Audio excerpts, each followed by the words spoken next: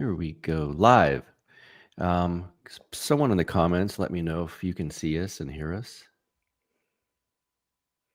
And I think my boomer self maybe have done this to Twitter too. Let's see. Oh, I did. They'll be here. We're waiting on Father. I think we are there. Can you guys hear and see us? I hear you. Daniel, you see us. Someone in the comments, let me know. Boomer trick. All right. Yes, yes, yes. Wonderful.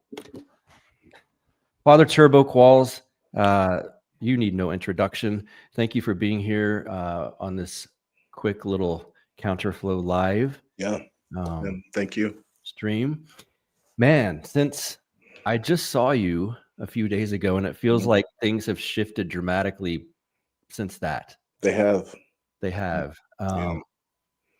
And I think for people But we shouldn't be surprised, though. I mean, let's just start off with that, though. Okay. Like, they have shifted dramatically, but we shouldn't be, shocked. We shouldn't, if that makes sense. Like, yes, it's dramatic, but I would like to think that's kind of what I've been trying to do the last few years, is to get people to, like, here we are, guys, like, this is all, kind of real time. Sorry. That was needed. I think there's a lot of us going like, this is sort of paradigm shattering. Not that it necessarily should be spiritually, of course, but other things that are happening.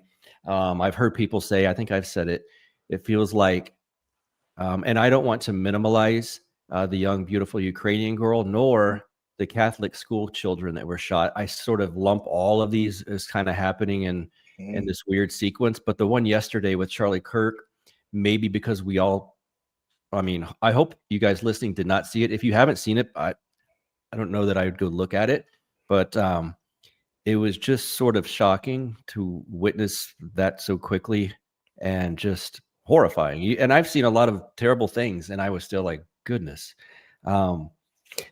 So I think there's temptations for us to feel the passions flamed up, despair, urge for violence, anger, obviously. And I wanted you to come on here. And also I think something that compounds all of this for people that I've spoken to is when we see friends and people we know on social media cheering it on. Yep. And there's this thought like, well, I mean, maybe they would do this with me too. And that's sort of dark. And you can see this nihilism in people. And it's like, goodness gracious. It felt like 2020, 2021, those few years, sort of revealing moments with people that you know. And then yesterday and today, really revealing stuff. So I don't have a question set up per se, but having said all of that, sort of where do you see where we are? Those of us that need help, not giving into the passions, etc. Yeah. First of all, I mean, the right thing always is to, on the most basic level, honor the real tragedy, like you just did, the real loss of life, and especially, Charlie Kirk's family, his surrounding family. We have to always do that, because when we don't do that, when we just make something about analysis, then we are kind of falling into that trap. So we have to really kind of stop and really just let our humanity, let the divine spark that the Lord has given us, let that be the first thing. So that's, good on you, Buck, to do that, because that's what we always have to do first. It's a temptation. That's actually its own type of temptation, is just to reduce everything down to information, sound bites, and analysis. So that's the right thing. Now that being said, and not to move on too quickly from it, but I know Father Josiah gave a very nice eulogy for Charlie Kirk. If no one's seen it, it's very good. And I think I just want to kind of tackle some of the things that you've said before I get into anything that I would add to it. But yeah, I think the first thing is that when you see people um, celebrating, anything horrendous like that, it's terrible. And it's terrible either way. I don't know anybody who was, but anybody who would have been celebrating anything, like even with George Floyd or now with this Ukrainian woman, like we don't celebrate death. We don't do that as Christians. Um, and the scriptures are clear. As the Lord speaks in Proverbs about not reveling in your enemy's demise, lest the Lord visit you. And I think this is really key for us to stay sober, because the world doesn't need, our country doesn't need more people who are just being led around the nose by their emotions. What the world needs right now, what our country needs right now, what our communities need right now, what our families need right now, um, are people who are grounded and sober in the midst of something very difficult, right? I think we have to see that first and foremost, right? Now, that being said, how do we play this out? Well, I think to some degree we have to be not surprised, yeah, when we see people celebrating like terrible wickedness, because um, this world is evil. And I think I even want to step back a little bit further. This is a good time to know your basics, right? It's a good time to know your basics. If you become proficient in anything, you become proficient in that because you're aware of your basics. Martial arts, music, artistry. I mean, anything where you have to have a measure of proficiency, you got to know your basics. You got to keep coming back to them, right? So one of the basics is that as Christians, and this is the tough thing, as Christians, we have to always understand our position in this world. And our position in this world is one of the main things that the enemy of mankind is always trying to undermine us on. He's always trying to get us to either be, usually completely invested in this world in a way that we begin to lose sight of what the purpose of this life is. Or maybe he gets us so far to the other area where we become, you know, quote unquote, black pilled and nihilistic. And then we begin to think that nothing matters, nothing we do matters. And so we have to find a real path, right? Mm-hmm. And so this is really important because in times like this, I would say, especially to anyone who's familiar with any of my work, well, this is what the church is trying to prepare us for, moments like this. And this is specifically what I've been trying to talk about for the last few years, is that these moments, well, not only were coming, but they're here, right? And I think that the sobriety that's being asked of us now is not a sobriety of indifference, right? It's not a sobriety of sitting on our hands and just kind of ho-humming. It's a sobriety of waiting, waiting to see. Because the temptation for a lot of people right now is to rush headlong in and, number one, think they know what's happening. That's the Yes. first thing. And number two, to really, again, it seems redundant, but I can't say it enough, is to allow their emotions to lead, when really what they need to lead is if they have it, a spiritual awareness. Super important, because the delusion of assumption is really high right now, right? Let me give you an example.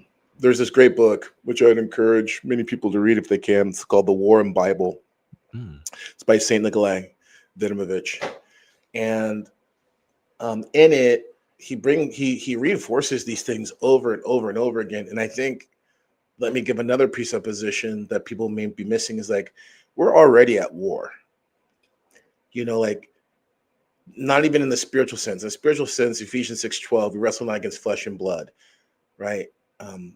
That should be our number one given. But on a national level, on a social level, there's already war. There's already culture war. There's already, the third world war is upon us. And when we act like that's not the case, just because it's not, it's not necessarily in our front yard, but it might be in our backyard way, if I can play on words right there, we're seeing things and we can yeah, but it's easy for us to just kind of push that stuff aside and not act like we're actually in a place of real danger as a society and as a country. And what are you saying, Father? Here's what I'm saying. Moments like this are designed, I would submit to you, to spark things, right? And so this temptation to basically bite on the hook, right? The worm is the violence. The worm is the outrage. The worm is the what's being communicated in regards of evil is triumphing. You can do nothing. This is the worm to bite on the hook, and that feeds fear, and it feeds desperation, and it feeds despair. Yes. And that despair is really what we have to watch out for, because the despair is the ultimate goal of the evil one, no matter what. But even now, it's even on a higher level. And the thing is, despair doesn't just lead someone to sit on their hands. Despair can lead them to radical actions that will then begin to feed the problem. See, this is the thing. You have to ask yourself, if you're tempted to go and do whatever in a material sense, are you going to make the problem better? Are you going to solve the problem, or are you going to feed it? Don't conflate you feeling. See, we can be tempted. This is the problem with revenge.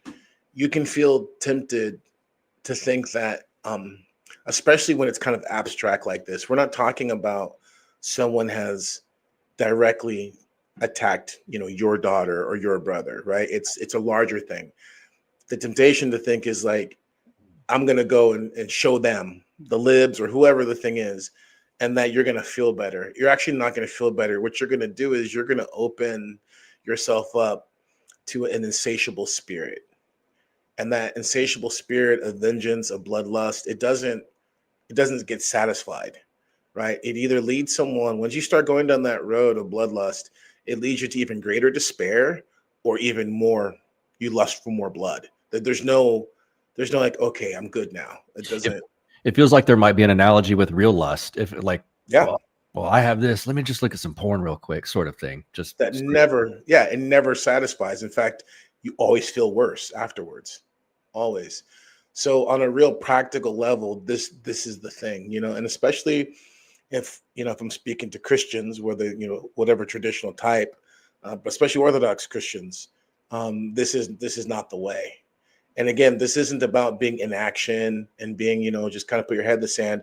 No, it's about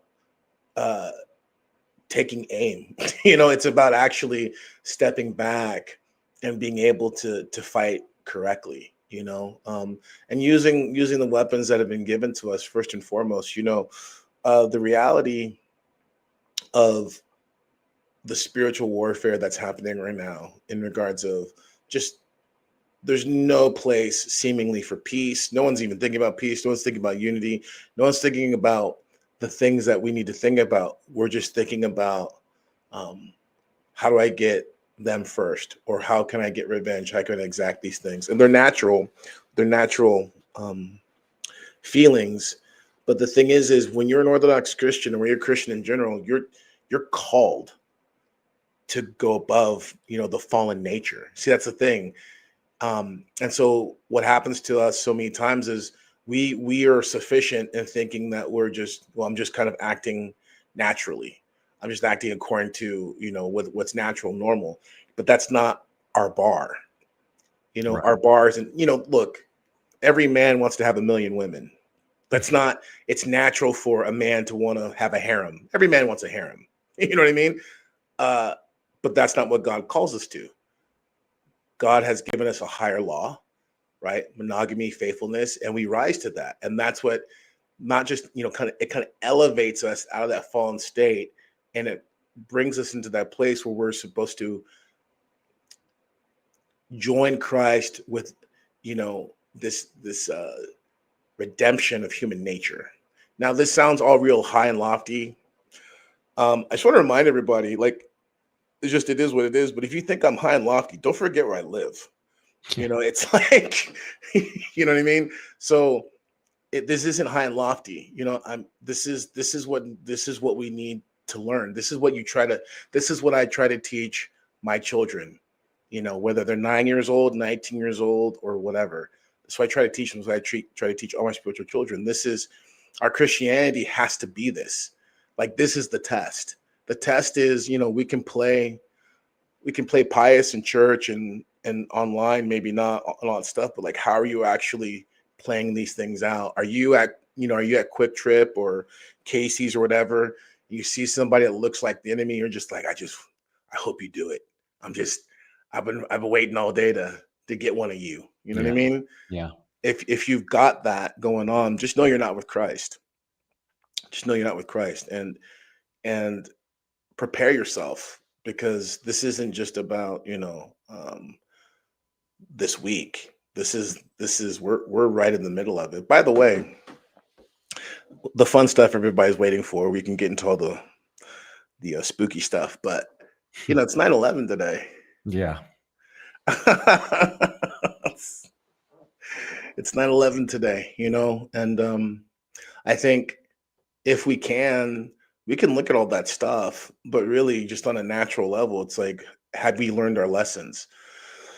You know, in your individual life, what you're going to find is God will be with you and watch you in your failings, right? You'll fail at something. And then, you know, you go through it, you maybe become despondent, but you pick yourself up, all that stuff. And guess what? You're going to have to go through it again, and maybe again, and maybe again. And when you see those markers of, oh, I've been here before, the question is, what are you going to do differently? Mm. So watch this. On a real basic level, we don't have to get into super, you know, esoteric stuff, just on a basic level, right? Um, we are entering into a cycle, which is kind of like an inverted cycle of what happened in 2020. Mm-hmm. Okay. Um, Now, what is the question? Now, the question is, how are you going to respond? Are we even thinking about responding differently than we did back then? Right. Now, someone might say, well, what do you mean it's inverted? Well, um, you have, you know, death, right? This, and we're not trying to get all into the rabbit hole yet. We can in a minute, but um, 2020, uh, you have the Floyd incident, right? Just on face value, Yep. face value. You have the Floyd incident, and then outrage, and then like all of the unchecked outrage led into a compounding effect. You following me? And then that compounding effect, you had stuff even like, you know, murals going up of George Floyd. You know, there's a couple here in Kansas City, you know, make him look like a saint. All these things are happening, right? And that compounded its own kind of narrative, right? Beyond people marching in the streets and anger and all that stuff, just at home behind their keyboards, people's thought processes began to shift and to change. Are you following me? Mm-hmm. Okay, so that process led us into, right, all kinds of other problems socially that we're still reeling from the effects of. Well, now you just kind of flip it. Mm-hmm. Now you flip it, and now you have the same thing, but it's inverted. And you know, we know that there's going to be murals being put up, you know, and I think just on its face value, how are we learning from that? Are we learning to mourn and go like the loss of life, the loss of decency? Um, you know, are we taking these things in, and are we looking at ourselves and looking at our families and being like, okay, I can't change people in North Carolina. I can't change people, you know, in Massachusetts or wherever. But what can I do about my family, my wife, my kids, my husband, my kids? What can I do about my God kids? What can I do about the people in my parish, the people I'm sitting with during coffee hour? And that's not cheesy, guys. That's again, if you're Orthodox, that's where it starts. You know what I mean? That's where it starts, and taking in context, not just what happened in the last few days, but what's happened in the last few years, because that's part of the problem with the soundbite world we live in, is everything gets chopped up and you lose sight of the longer arc of what's happening, right? So I think just starting there on a real practical level is really important, and actually having conversations within your community so that those conversations, a shout out again to Charlie Kirk. That was one of the great things about his work, was that he was all about having conversation, because one of the things that he was so apt to point out is when the conversation stops, the violence starts, right? And so for us, we have to watch the violence in our hearts and our minds first and foremost, because you can't have the peace of Christ, which is not the peace of the world. The peace of Christ is not, it's not the faux, fake Zen Buddhist, yoga peace. It's a peace that transcends understanding, and it's a peace that faces the horror of this world right in the eye. But you can't get that if you're not actually doing the work of, maintaining the connections of communion within your family and within yourself. Right. So I think that's the first thing. Before I move on to any of the other stuff, like, do you want to comment on that, or just want me to keep going? No, I was just thinking of the analogy, and I believe I've heard this somewhere else. I didn't create it, but it's like we're the eye of the storm, sort of, where all of this craziness is going on around us, and we should have the calm center within inside us. As much as I start to get pulled towards the storm, I think there's an urge I have to like try to push against that. Staying in the eye of the storm is the key. And let me just present to everybody, because I want this to be practical, right? How do you stay in the eye of the storm practically? Well, guys, I know that everyone's in a different place, whatever, but this is where I would say, just generally to everyone, this is where things like our prayer rule comes so in handy. Because having a consistency of prayer, having a consistency of a dedicated time in which you put earthly cares aside, right? We have that in the liturgy, but daily, taking time actually to go before God, even if your mind's spinning, right? Even if you're just right, God knows, but even taking that time, that is like the initial first step of staying in the eye of the storm, right? Because if you get to the place where you feel, the key word here is feel, because it's perception. If you feel like you're too busy or you're too spun out to pray, you're done. You're like in the storm, and it's only going to get worse. You have to claw your way to the center of the storm and learn to give God your first fruits, and not in time of peace, right? I mean, in time of war. And so that's one of the most practical ways to kind of sit in that place of the eye of the storm. And then from there, you have to realize that it's going to move. The eye of the storm isn't going to sit there. As the storm moves, you have to move with it. So one of the big mistakes people make is, in times like this, their prayer rule in time of peace, right? It's like St. Joseph the Hesychast. He says, in times of peace, prepare for war. So when people are kind of just doing their thing, bebopping around, their prayer is like, yeah, it's okay. It's just enough to kind of give the tip of the hat to Christ. But then as soon as things kick up, then it's like they're very easily swept into the storm, right? And what you have to do is you have to learn that if things are moving, I have to move too. So what that means is your prayer rule or your amount of prayer needs to, pick it up. It's like if you're cruising at 5 miles an hour, and all of a sudden the storm is, the kind of storm jumps from 5 to 30, well, you better put your foot on the gas, and you better put some, you may not be able to keep up, but you got to at least put a little bit more in than what you were before. That's another practical way of at least trying to stay in the eye of the storm. Because a lot of people, they don't adjust their attention in regards of their attention on Christ, their prayer. They don't adjust it with their circumstances. They just kind of stay there like, I don't know what's happening. Why am I getting wrecked? Yes. It's like, does that make sense? Yeah. Wasn't I praying enough? That's yeah. Right. Yeah. It's like, it's like those people, forgive me. But I can't stand it when I'm trying to get on the freeway and I'm like, look, man, you have to speed up on the on-ramp. Like like, I don't know what you're thinking, I feel but you. you can't go 30 miles an hour. Like, that's fine, but you Yes. can't stay 30. You have to like speed up, right? Yeah. So it's the same thing with prayer. You have to add more prayer. And this is the thing. If you're even rolling your eyes at me right now, that's part of the problem.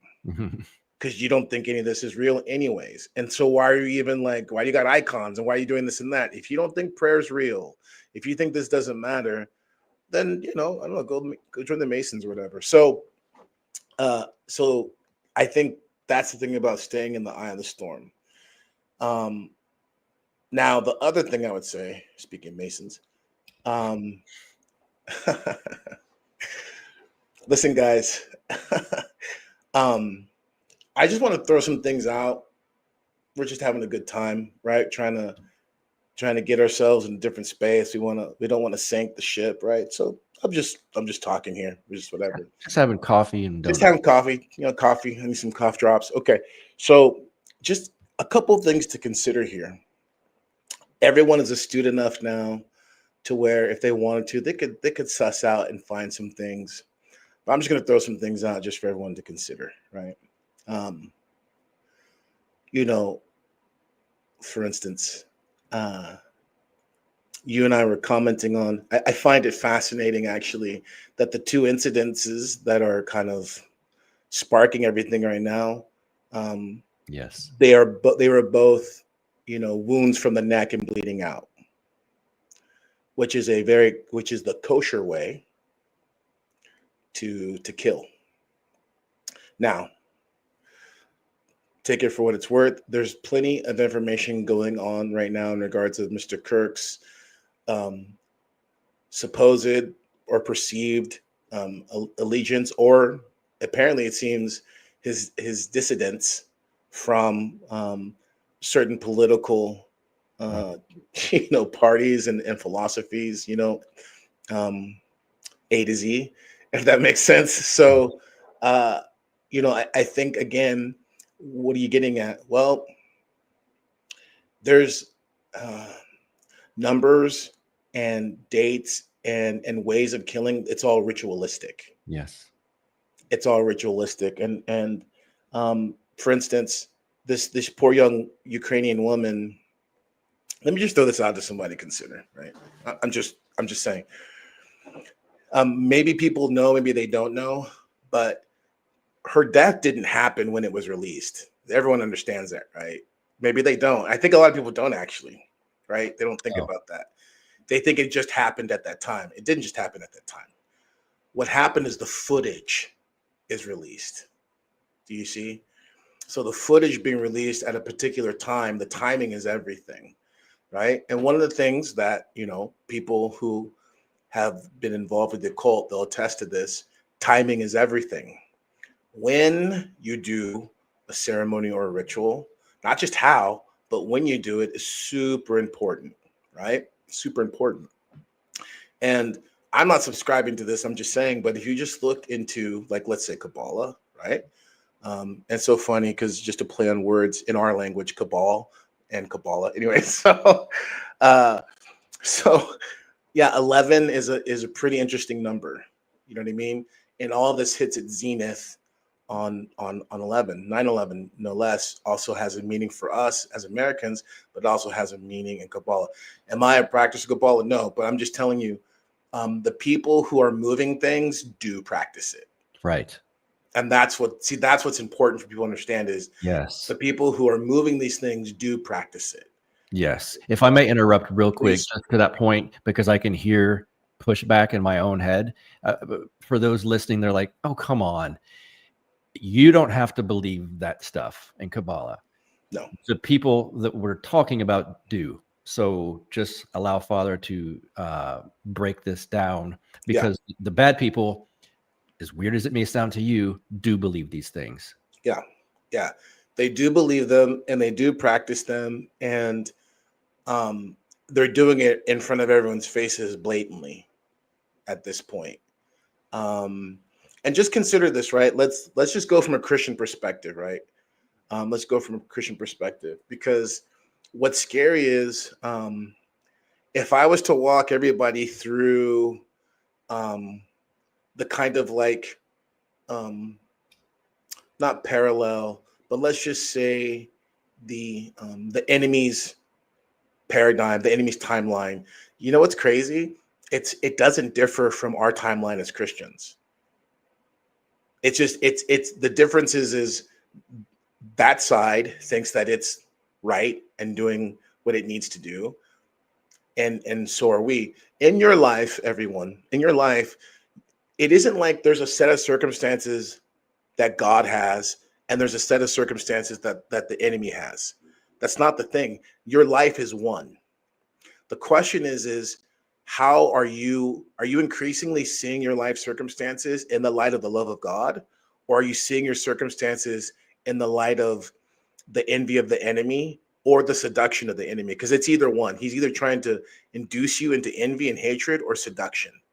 But your circumstances don't change, right? It's not like there's two different events that are happening. Are you following me? So it's the same thing in world events, right?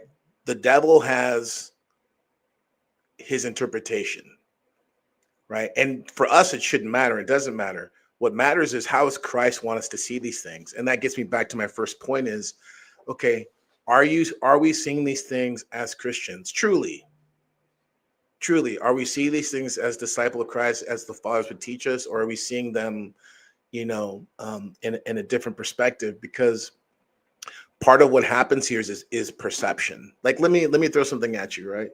There's all kinds of theories, right? Everything's a hologram and it's not real, which there could be some validity to some of that. But it doesn't matter. See, it doesn't matter, because what matters is the message that's being put forward, right? And what matters is that there are these things that are consistent, which if you understand that the temptation for us to like have spiritual things, kind of on Sundays and maybe when it's convenient, but the spiritual thing doesn't matter when I'm, angry. The teachings of Christ don't matter when I'm angry. The teachings of Christ don't matter when I'm, about to sin. Actually, that's exactly when the teachings of Christ should matter, because the people on the other side, they don't have that division, right? Everything that they're doing is feeding their spirit, right? It's just that they have a different spirituality, right? It's inverted from ours. Mm-hmm. So this kind of timeline, it's a matter of how you're interpreting it.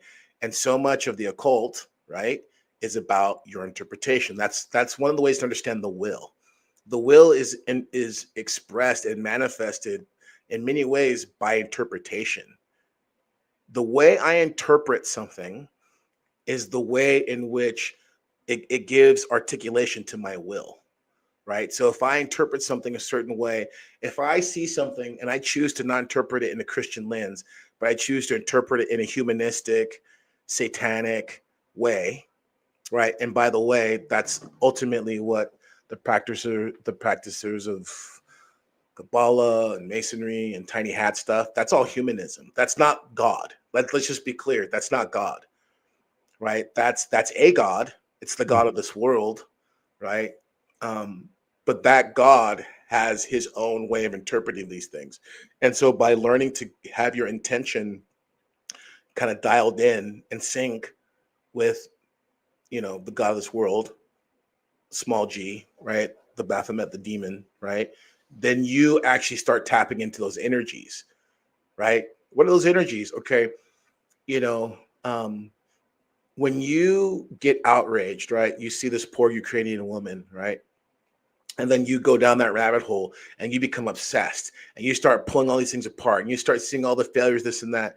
And the next thing you know, it's like, well, it's all the blacks, it's all the blacks, it's all the blacks. It's like you start getting pulled into an energy and you start getting energized. It's like, I've never done a YouTube, or I've never done an Instagram, but I'm gonna do one now. I'm so sick of blah, blah, blah, blah, blah. You see what I'm saying? Yes. That energy has pulled you and it's motivated you and it's starting to get you to align your intention, your will, with something other than the will of Christ. Yes. This isn't to exonerate anything. This has nothing to do with that. This has to do with like, what does spiritual warfare really look like? Real time, real time. And if you're looking for, you know, leather wing, bat wing dudes to come up and knock on your door, you're missing it, Jack. This is it right here. This is the real thing, right? And this spell, which is powerful, right? And we're seeing the effects of it happen right now, right? And don't think that it's a singular kind of movement or singular body of people. It's not, because the God of this world is really pushing and moving things, right? The God of this world is the same one who has been moving certain organizations and institutions for centuries, right? And we're at this point right now where you have a coalescing of not only ideology but power, right? It's like, you know, what a great way to get online, Palantir, for instance, right? Here's a great way, right? We need to make sure that we're getting the citizens, you know, surveilled and under control, right? What's that girl's name? AOC.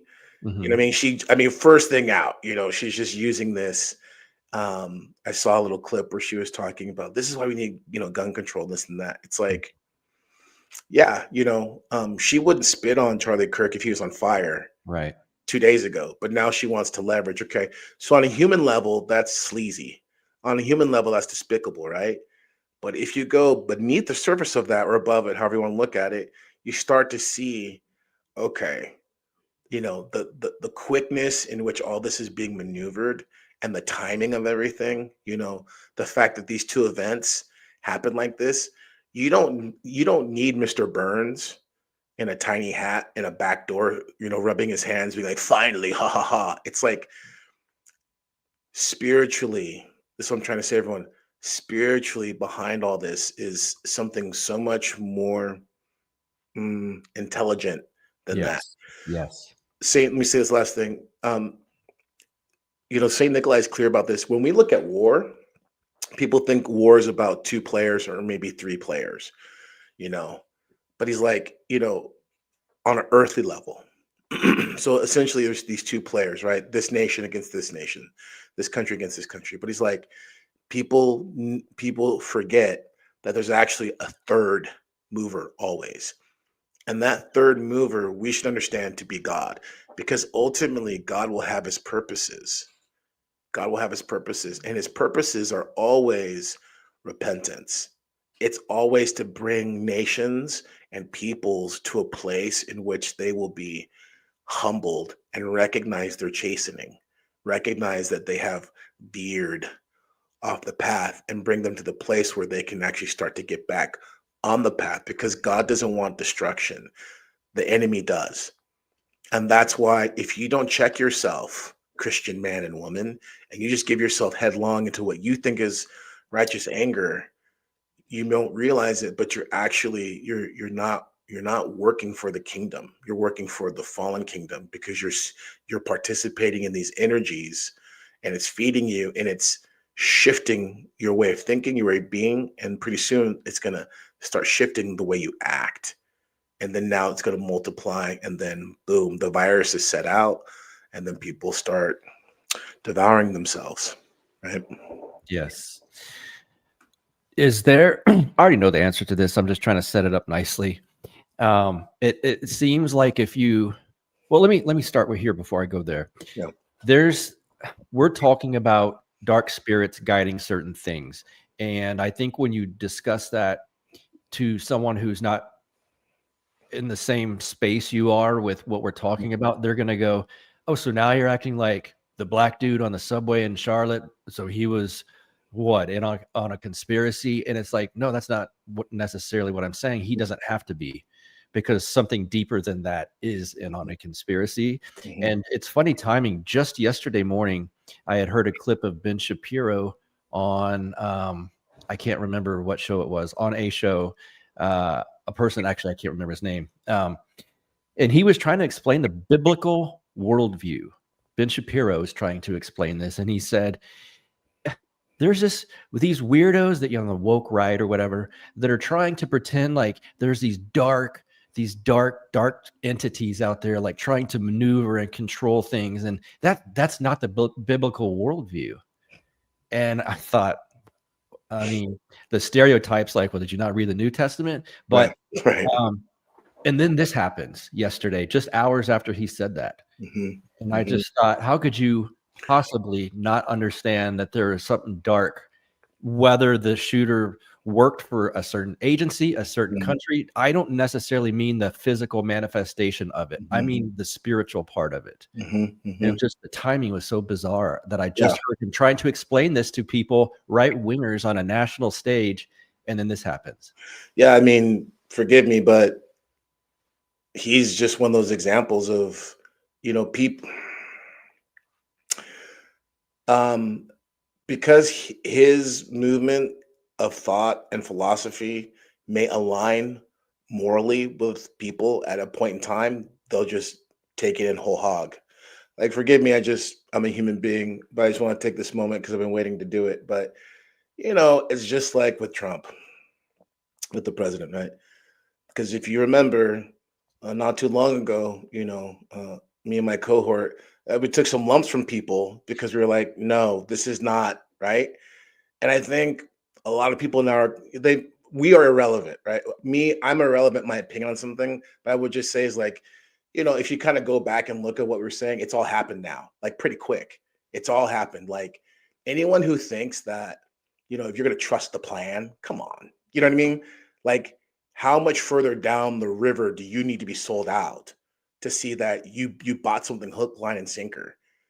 He is the New World Order. He is, I mean, that's all happening, right? And don't be duped by a lot of this stuff. It's like, I'm just saying that because with this word, it's like, do you think the timing of him saying that is a coincidence? Okay, sure. How many coincidences do we need? Right? Is it a coincidence that the two deaths in the national eye right now, are both, at least the perception is that they both were bled out through the neck? Is that a coincidence? No. You see what I'm saying? Is it a coincidence that BB within hours why is BB as a national figure jumping in and commenting the way that he's commenting on things? Like, people can be naive if they want, but the reality is that part of that naivete is that when we talk about spiritual thing, it's so funny for a religious person who wears, his garb to actually essentially deny the spiritual reality of the world. Right. But that's one of the things that people need to understand about that nation, is that it's a nation state. And I think that's one of the things that people are starting to wake up to, is that it's not like, I don't know what people think. I don't know if people think that they're over there, everyone's at the Wailing Wall and I don't know what they think, but it's a secular state. Yeah. And they're secular. It is a ethnic philosophy. It has nothing to do with the transcendent God. You know what I'm saying? Yes. And we don't have the same God. So Right. So I think once you kind of understand that, it's just like apparently when Mr. Kirk was talking, he was literally talking about violence at that point, right? Do you think that's a coincidence? No. Right. And so that's one of those things, is that what I'm trying to say, and what I believe you're saying, agreeing with me, is that in some regards, it's a distraction to try to get into the weeds and to see some sort of material cabal of like seeing people in robes and doing that, calculating everything to the last nanosecond. That's a distraction in of itself. Because what I'm trying to say is it doesn't need that. It goes beyond that. You can just see the reality of things playing out, and the fact that the symbolism of everything, that of itself is telling you that there's more to this world, there's more to how you're perceiving things than the material rationalistic interpretation and explanation, right? Because if it isn't, again, then go back to listening to Dawkins and doing whatever and just thinking that we're all turtle soup and that nothing matters, right? But if you've sought to align yourself with traditional Christianity, then you need to start understanding how all this stuff works, right? And again, this is a great primer for people if they want to look into it. It's like, it talks about what is funny in light of Shapiro. That St. Nikolai will actually give you a proper biblical worldview of these things. And it isn't materialist, by the way. Right. It isn't a materialist interpretation. Yeah. Well, I said just about an hour. We got 15 minutes. If you guys have questions in there, I can ask a few. I would ask gut instincts. I wanted to mention to you. Just personal example, there's a clip, I'm sure you've seen it, of these men not behind Charlie Kirk, but to the side. There's an angle, people, for those who are in the comments, like, well, they're not behind him. Yeah, they were to the side at a different angle, diagonal, if you will. And there's what looks to be, anyone who's watched baseball, a guy giving a sign like a pitcher and catcher would, and then rubbing his face, and then another guy doing this, and boom, it happened. The gut, the dark, like sinking pain that I felt when I saw that was worse than when I saw the actual shot. And it was just like, oh, like I couldn't even formulate a thought. It was so dark. How are we to trust our gut instincts or to be careful with them? Because it's not like I'm some spiritual saint, so I don't know that my gut is correct many times. This may be a weird way to answer your question. Some of you may or may not have seen the Marvel movie Thor. Remember Thor? I have not seen it, but I know what you're talking about. Okay. Yes. Well, everyone's gonna be like, what are you talking about? Okay. So in Thor, one of the big ideas that it introduced into the kind of at least American Western conscious is that technology is really just, magic is just a kind of advanced form of technology, right? So Thor wasn't a demigod. He was just kind of like, a higher intelligence from a different world. And the magic that they have in Thor was just technology, right? And so that idea gets played out all through the Marvel movies. It's great, right? It's great. Now, here's the thing is, understand something. A lot of children, their worldview about things and what information they do have about religion, metaphysics, mythology, it's more informed by the Marvel movies than it is the Bible. Yes. It's more informed by the Marvel movies than it is actual Nordic mythology. Yeah. So it doesn't matter. It's kind of like, forgive me for going there. And I'm good, Buck. I'll let you know. I don't mind going if you don't mind me going. Not at all. But you and I were at a conference recently, right? And someone made a comment about me using Wikipedia in my in my slideshow, right? Well, I understand that perspective of like Wikipedia is not a trustworthy historical source, and I say exactly that's why I used it. Yes, because it doesn't matter where true or good history can be found if that's a thing, right? What matters is the perception. That's my point. Yes, and how people act on that. And There's how people.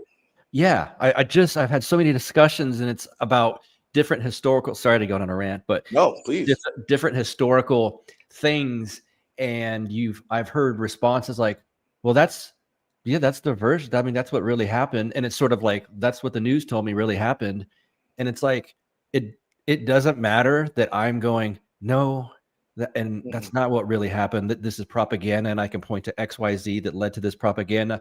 But it's that if everyone thinks that's what happened, that's how everyone acts. Yeah, I mean, I like doing these things. You know me, I like doing these things up and down just so that we can all kind of like, right? But like, if you tell someone that there's black skinheads, they're like, what? Yeah. And it doesn't matter whether no one's ever seen it before, they've never heard that before. It doesn't matter, because the reality is well, on the one hand, it doesn't matter because that's a thing, right? They exist, right? But on the other hand, at the same time, maybe it doesn't, because as long as people have that perception, you're not going to tell them anyways. It's like, I remember when I first came to Orthodoxy, I had all these people who are my friends, evangelicals, were like, that's made up. That's a fake church. That sounds made up. I've never heard of Orthodoxy. Well, until they're shown otherwise, their perception is what's true. Yes. Which leads me back to the thing about magic, right? Which leads me back to the thing about understanding how this stuff works, because it's all about perception, right? Because if you have someone's attention, then you can inform their perception. And if you can inform their perception, you can influence their will. And if you can influence their will, then you control them. You see, that's how all that works. And so we can use terms that materialists want to use, that, like, okay, let's use psychological terms. Let's use geopolitical terms. We can talk about, projections psychologically, and we can talk about psyops on a geopolitical thing. But guess what? It's still the same thing. It's still a spell. It's still a spell, right? And so these perceptions are what's moving people. And so the purpose of our tradition is that we'll be grounded and pulling our understanding, our insight, which is going to form our will and move us. And it's going to be done in such a way that it aligns us with the high truth, which is Christ. Right. And so the sophistry, as Gloria Diaz just pointed out, is so sophisticated and high because guess what, guys? Holograms, the internet, AI is a golem. Okay. Does anyone know what a golem is? Let me just real quick. What is a golem? Okay. So a golem, right? Back in the day, those European tiny hat people, right? Part of the thing, like the beginning of the Ashkenazi infamy, is that they had this one famous rabbi had created a golem, which was basically this clay figure and stuffs basically the Hebrew word of life inside the mouth of the golem, and it becomes animated. And the purpose of it was to protect that Jewish community from, the oppression of the Christians and everything else, right? Well, this golem is really effective because it doesn't sleep, it doesn't need to eat, and it basically starts striking fear in the neighboring nations around them, and they're protected. Well, they apparently at one point, the way the legend goes is that they started basically doing stuff on the Sabbath, and then the golem basically loses its mind because they're breaking their own Sabbath, and then it just kind of went haywire on them, and then he had to basically erase one of the letters from the spell basically, and the golem kind of shuts down, whatever. Well, think about it like this. The golem is essentially the attempt at mimicking, manufacturing, creating life to be controlled for one's purposes. Does that make sense? Yes. Golem. Okay. What do you think everything we're playing around with is? Right.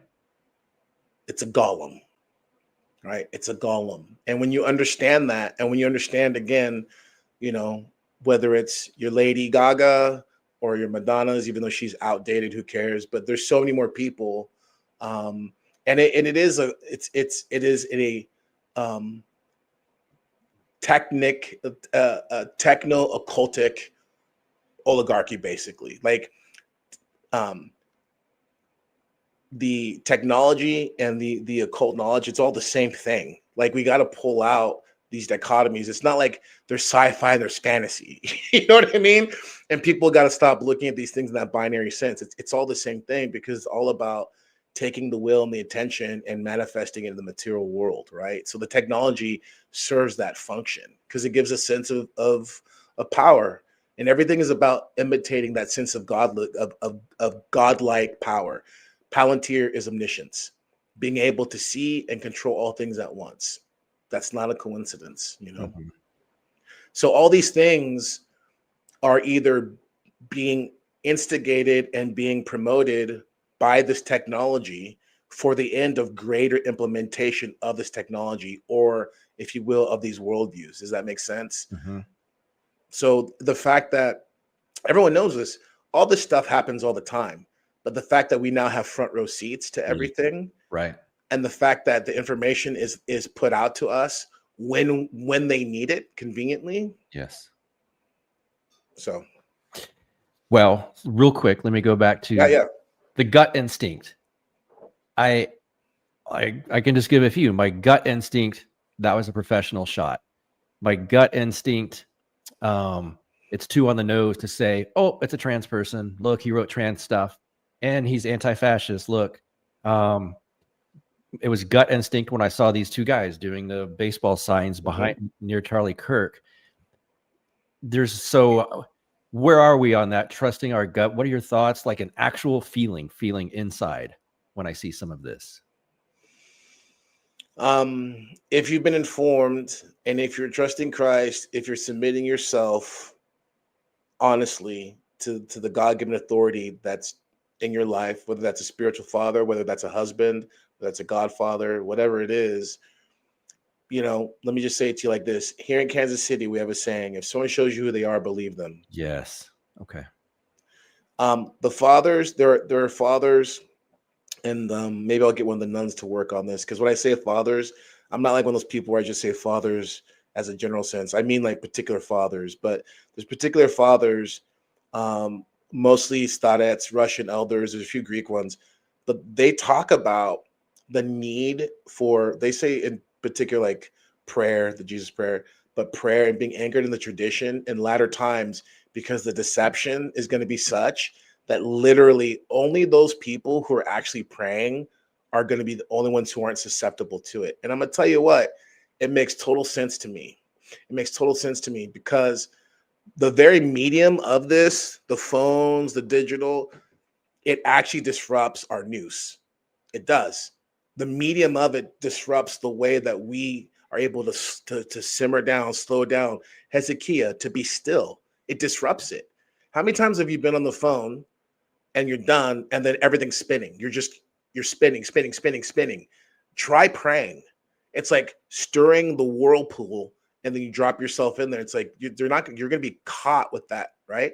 So this is not just what you're getting, the information, but the very way in which you're getting it is disrupting your prayer. So if you want to be able to discern, right? And discerning is knowing whether something's of God or not of God. Whenever you hear about discernment in our tradition, it's not about how you do something. That's wisdom. Discernment is this of God or not? The only people who are going to have that are those who are honestly submitting themselves to the authority above them and therefore seeking Christ. Because other than that, you can be in the church, you can play Christian all you want, but I guarantee you, if you're not doing what I just said, then you're going to be led by this one way or the other. And you may think that you're righteous and you're going to stand up for whatever, and ultimately you're just a cannonball in the cannon of that they're using to pull apart the fabric of society and to take away your humanity. So yeah, trust your gut, but the caveat to that is, do you have the things that are put into place to help you trust your right? Yes. Our friend Jason Marinchuk, could you speak on the importance of the prodigal son as in this age? And what he means by that is this vengeance that we're going to feel bubbling up now, especially. Does it counter? Is it inverted to the prodigal son? It is. And I think the thing is, what's most important, we could spin a whole thing on this, but the thing about the prodigal son, which what allowed him to return to his father, was it says in the scriptures, when he came to himself. That's what it says. If you read it, it says when he came to himself, he had a moment of clarity. He looked around, he said, the servants in my father's house eat better than I do. So if you notice something, his circumstances didn't change. He was blinded to everything. When he had that moment of clarity, then he looked around the circumstance and said, oh no, oh no. And then he made his way back in humility, right? This is really important, guys, because one of the things that I got to tell you that can dishearten people, but really you got to understand, what is your responsibility? I'm going to tell you what your responsibility is. God has done everything for us. It's up to us to now begin to initiate. So if you're in the life of a believer, right? If you believe, if you have faith in Christ, you have faith in the Holy Trinity, you have faith in tradition, all that, you can be looking for God to kind of like, pull you out of the mud. What you need to be looking for is that moment of clarity and saying like, I'm caught up, I'm drunk with anger, I'm drunk with wanting vengeance. And you realize this is absurd, right? I've been ignoring my kids for the last 3 days because I'm just fantasizing about dusting off my AR and running to the streets. You're deluded. Once you see that moment, hug your kids, make the sign of the cross, hug your kids, and get back to like what you need to do. Does that make sense? Mhm. Come to yourself and then return to your father's house. Right? That's super key right now. But don't think that God's already sent the circumstances to us. They're already there. Yes. They're already there. Our sister Tatiana, Father bless, did you mean that the girl killed and Kirk's death are linked in a way like a blood sacrifice? Thank you, God bless, Tatiana. Yes. Yes, they were both, again, kosher. To kill something kosher is to have it bleed out. And that sacrifice of blood, and another way to prove it, if that's too on the nose for people, how about this? The spilling of the blood and the perceived innocence of it is outraging people. Yeah. It's outraging people, and that's also moving the needle on a bigger movement of, again, to divide. Satan means to accuse, Diablo means to divide. And so that spirit is moving in such a way to get people to accuse and to get people to divide, right? And here's the thing. So what do? Do we just let them get away with what they're doing? No, you don't do it, but you got to become smarter, and you got to really fall in line. Because here's the other thing, guys. A lot of people who are just taking the outrage bait, I I know for a fact, if you've been bitten by the outrage bug, you're not thinking about God. And if you are, you're like, where's God? You haven't stopped and really sought the Lord. And if we don't do that, we're useless. Mm-hmm. If we don't stop and seek the Lord and really do what you had one job, like our one job is to actually stop and seek the Lord as a people for the sake of this nation. Who else is going to do it? The people on Daily Wire and watching Shapiro, they're not going to do it because they're taking all of his Kabbalah stuff. They're eating it like it's toast. Mm-hmm. So who's going to do it? Right? We have to be the ones that do it. And so when you're in the liturgy, or when you're in Vespers, or when you're saying your prayers and the litany begins, in peace, let's pray to the Lord. Don't just go through it like it's like you're, kind of watching TV. Pray. Pray with the deacon. Everyone pray. When we begin to put petitions for the country, put petitions for everything, pray. Because that's what we're commanded to do. And that's how you get that gut check. That's where the gut check becomes real. Yeah. It's because you put your time in. But let me tell you something. If you don't put your time in the liturgy, if you don't put your time in prayer at home, don't sit behind the keyboard and then presume to tell us your theories about whatever. Because your gut check's probably diluted from too much pizza, pop, and other stuff. You know what I mean? I do, yes. Please, some guidance to those of us who see events like these as staged rituals in the age of AI, bad actors, WWE, and emotional narratives. I'm just not falling for this stuff, and that often makes me hated by both quote-unquote sides. Yes. God bless you, William. The reality is if they hated you, no, they hated me first. And that's the whole thing, is the sides are the problem. And again, guys, just, there's a reason why, and I'm not, don't take me wrong, because I just was in a movie this recently, but like, there's a reason why St. John Chrysostom speaks about acting, right? There's like all of these things, anything that is used to manipulate, that's part of the problem with entertainment, is that entertainment unchecked can actually begin to manipulate you. So I would say to William, yeah, you know, I don't know what the Dosecki man says, but whatever, stay vigilant and stay watchful. And if both sides are coming at you, that's the camp I'm at.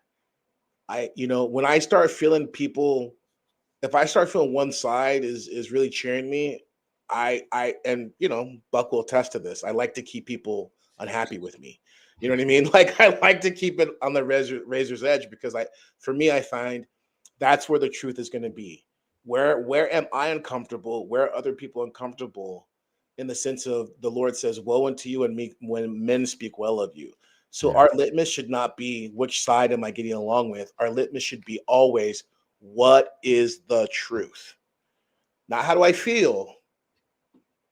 Not what do I want? What is the truth? Right?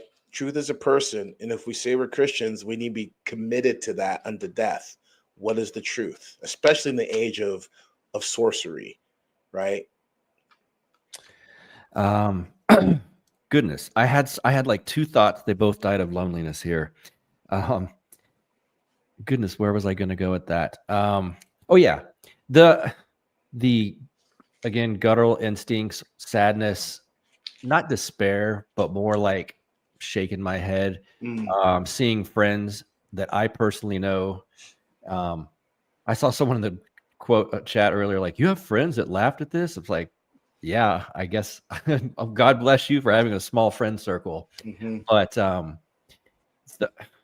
what am I to think or do when I see that? I saw a clip from Stefan Molyneux I thought was brilliant. And he said, if kind of survey the people in your close circle and then concentrically out of that, and if you see that happiness gleam in their eye of what just happened, get them the F out of your life. But what are your thoughts on that? I understand the sentiment of it. But my only question is like, what happened on when it was the other way? Correct. Right. Just So like, were you quick to kind of get rid of them then? Or were you like or were you celebrating with, you know what I'm saying? yes, Because here's the reality. Everyone sins and falls short to the glory of God. If they're your friend, then they're your friend for a reason. And if they've shown you that they have this tendency towards darkness in this area, here's a shocker, everybody. Pray for them. Because for you to jettison them, guess what? Diablo has done his job. You've divided yourself from separated. them. Yeah. Mission accomplished. Right? That's why, look, I've been on the thing. That's why the racism thing, like especially in the church, is so problematic, right? Because I wish everyone could be like me in this sense, right? That you can learn to sit down with everybody.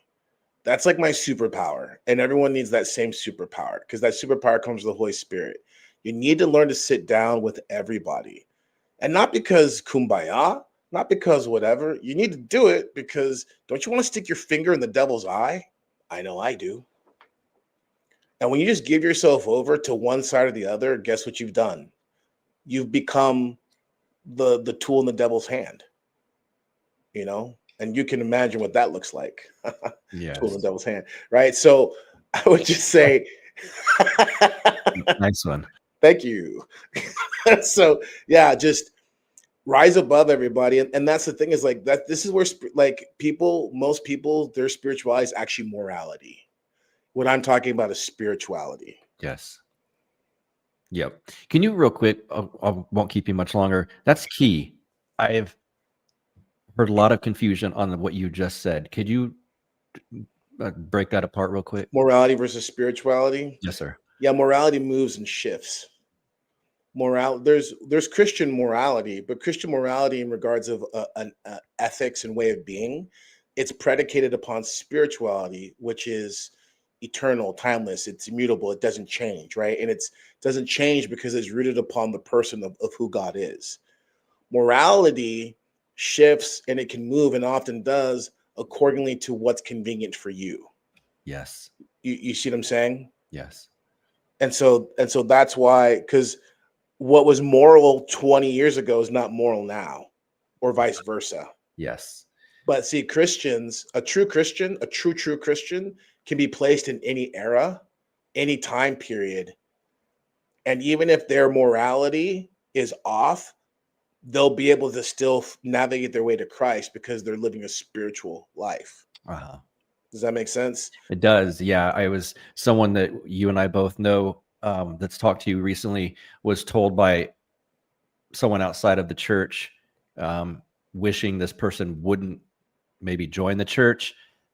You're already a good person. Like, why do you need that? You're already a good person. You don't need the church. Yeah. Yeah. Response to that? Yeah. According to who and what? Yeah. Right. Because a real good person 100 years ago is like a fiend now, and vice versa. Look. Here's one thing. A lot of people, and we have to be careful as Orthodox Christians, guys. Just be real careful, because on the one hand, things are getting worse for sure, right? But watch this. On the other hand, things are also getting better, because we're still moving towards the ultimate of God's kingdom. And so, if this makes, I'm looking forward to the questions and the feedback on this one. Uh, in some respect, the Christians now outshine the Christians back then in some respect. Because the Christians back then, everything was fixed for them. Everything's they lived in a context that you had to go out of your way to to not practice your faith. You see me? But for us to just sometimes even make the sign of the cross and be a Christian is a huge feat. Do you see what I'm saying? Yes. So another way to understand what I'm saying here is, yeah, that's why when people go like, "Oh man, monarchy, blah blah blah," that's great, I get it. But let me just be clear: that only works for you because you perceive yourself to be on the winning side. People who make these arguments, they assume I would be a boyar, I would be a noble. Maybe. Let me tell you something. 200 years ago, someone could come in, take your wife, rape her, kill your kids, and there's no recourse to you. We're not that far from that now. You know what I'm saying? But I would much rather be in this situation here than 200 years ago, when there's no recourse. Someone could come in and torture me, kill my family, and like oh well, you see what I'm saying? Yes. So as bad as things are getting, and they're getting bad in regards of the development of the people of God, right? We're in the oil press. And so things are, in some regards, it's still developing for us, right? Because that wasn't the case, then Christ would have come already and we're done. You know what I mean? Yes. Okay, last one, because this is, I feel for this, for Jarvis here, and this is probably common. Why does a loser, terrible Christian like me get more time on earth with my kids? Well, you kind of answered that in a way, but while someone like Charlie is snuffed out in front of the world, I've struggled with this today. I hate it all right now. Yeah, God bless you, Jarvis. You kind of like Buck said, you just answered it. Charlie's life, unfortunately, being untimely, but that's from a natural perspective. Like Saint Nikolai says, there's no stray bullets. Everything. This is part of the thing, is everything's in God's hand.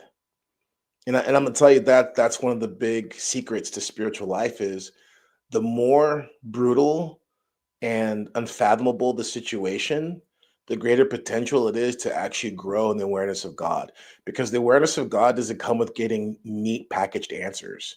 It actually comes in standing in front of the living God who is real, right? And then seeking him.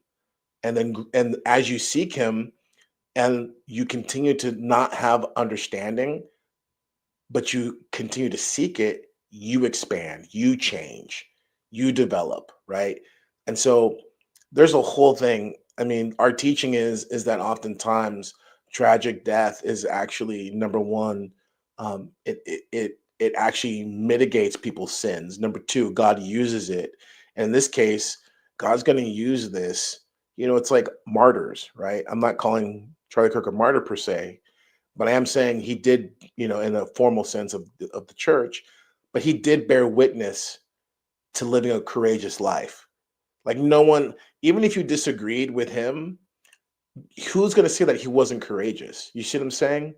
Who's going to say that he didn't actually, believe and stand up for what he taught? So he had his life taken doing exactly what he had always preached, right? And so the thing is there's so much we don't understand in the mind of God and his purposes, but we do know this: all things work for good for those who love God and called to his purposes. And so again, this gets us back to the beginning of the live stream, the intention, right? Here's the circumstances, here's the events. The trick now is, Jarvis and everybody else, will you put your will and your strength to now search the fathers, right? Read this book, read one in the Bible. It'll give you an answer to what you're asking about. Read the fathers, pray, pray, pray, resist the devil and he'll flee from you. You know, seek to live an authentic Christian life to an even greater degree, getting back to the eye of the storm. If you're cruising at 25, Jarvis, it's time to go 45. Your prayer and your struggle needs to up if you're feeling despair on your tail, right? If you had a dog chasing after you, you're not going to keep walking like you were. You're going to start booking it. You need to kind of up the ante in regards if you're seeking God. And what you're going to find is God is not going to leave you high and dry. He's going to meet you in that. But we don't look for the platitudes. I'm not going to give someone a platitude here about whatever, because that's like actually going to undermine the real thing. Is it tragic? Yes. And any movement to try to make it not tragic is a problem. Sit in the tragedy, actually. Acknowledge the tragedy and let it shape you and change you for the better, not for the worse. Right. Amen. All right, Father Turbo, I'm going to end the stream and then say goodbye to you off air. Thank you guys for joining us. This will live on the live tab on my Counterflow YouTube channel. Thank you guys so much. God bless.